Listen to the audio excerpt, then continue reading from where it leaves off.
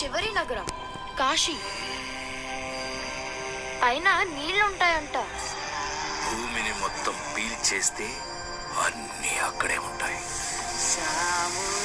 ఈ లోకంలో ఉన్నది కాంప్లెక్స్ ఒక్కటే, దేవుడు ఒక్కడే సుప్రీం యాస్కిన్. నీలాంటోడు ఎంత మందిని రక్షించొచ్చో తెలుసా? నేను రక్షించాల్సిందే ఒక్కడినే. 6000 సంవత్సరాల క్రితం కనిపించింది. ఇప్పుడు మళ్ళీ ఆ పవర్ వచ్చిందంటే ఇక వెలుగు వచ్చే సమయం అయింది.